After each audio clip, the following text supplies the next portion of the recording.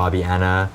that story came out of my experience working in Oakland and working with people who were in really, really vulnerable situations with housing and with just general resources, and thinking about the complicated nature of sort of intimacy and lust and attraction and how that would intersect with someone who's in an emergency situation.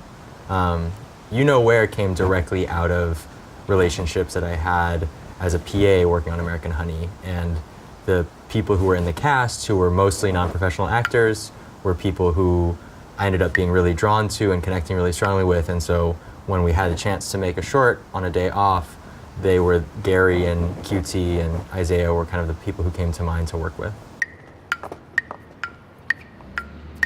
Making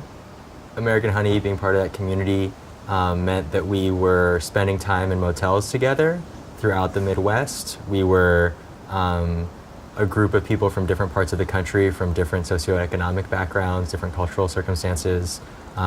who formed this little family over the course of the movie. And so that process of kind of becoming and coming together as a community meant that different people had played different roles in that community. Isaiah was someone who was quiet and calm, and often calm when people were really turning up. So I think his energy and the way that he was throughout the making of American Honey was definitely what inspired this idea of making a film that was sort of a meditation on how to remain calm, how to stay focused on what it is that brings you joy, that brings you balance. And so the structure for the film came from that idea of people who were not feeling stable and not feeling calm, encountering someone who's calm, and what kind of the ripple effects and how contagious that kind of calm can be. I took a long time to edit it because I got back from shooting I got back to LA with the footage and then shot Bobby Anna right after that, and then